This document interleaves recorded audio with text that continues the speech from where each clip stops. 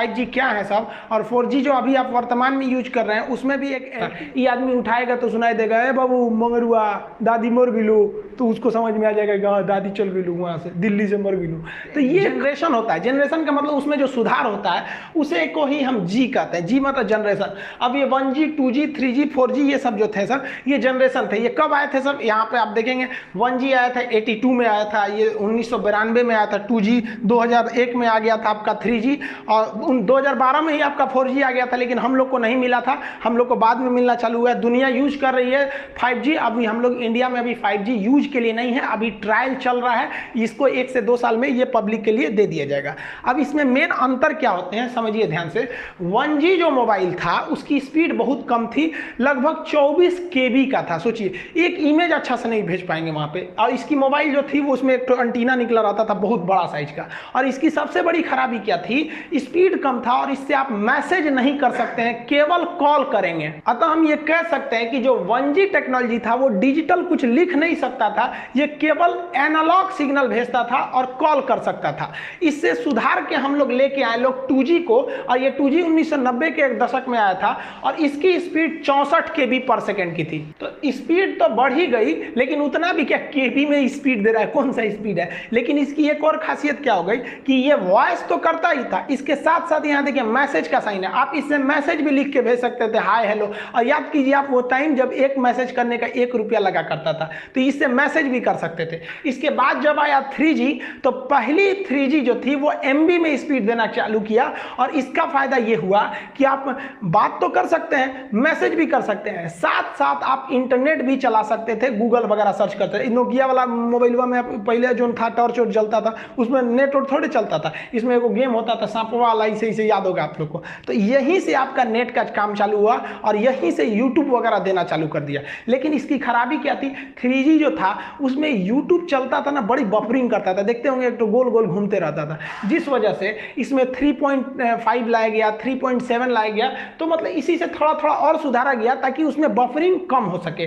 3G में ये सब मोबाइल वगैरह आने लगे सब, जिसको आप मल्टीमीडिया मोबाइल कहते थे, 3G के उसमें आ गए।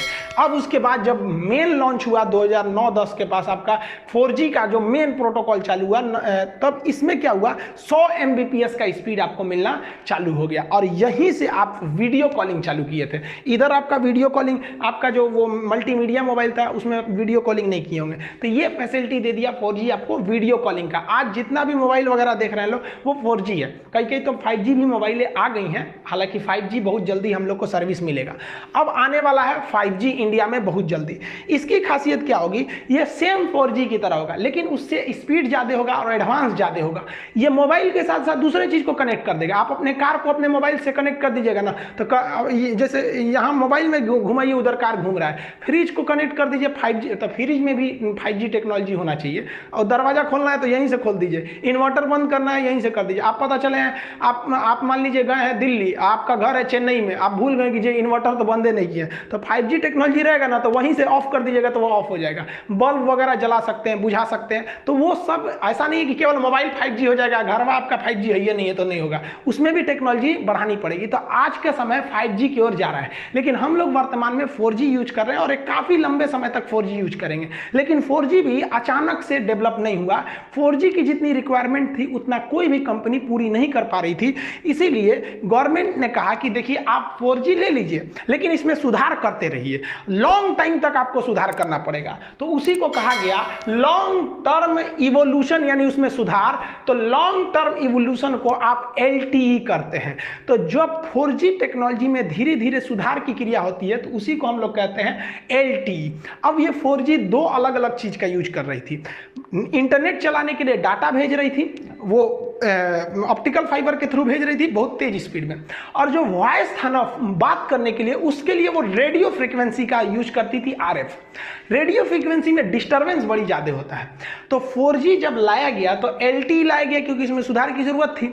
अब इस 4G में समस्या ये था कि डाटा तो तेज चलता था, नेट तेज चलता था, लेकिन फोनवा कीजिएगा तो फोन जाता था आपका रेडियो फ्रीक्वेंसी में, जिसमें कभी सिग्नल अच्छा नहीं रहता था, कभी आप फोन करेंगे अब उसमें कई सिग्नल भेजे रहते थे, तो आप बात करते करते रहिएगा, किसी के दूसरे का आवाज़ आने लगेगा, कभी कॉले नहीं लगेगा, तो वॉइस की बड़ी समस्या रहती थी।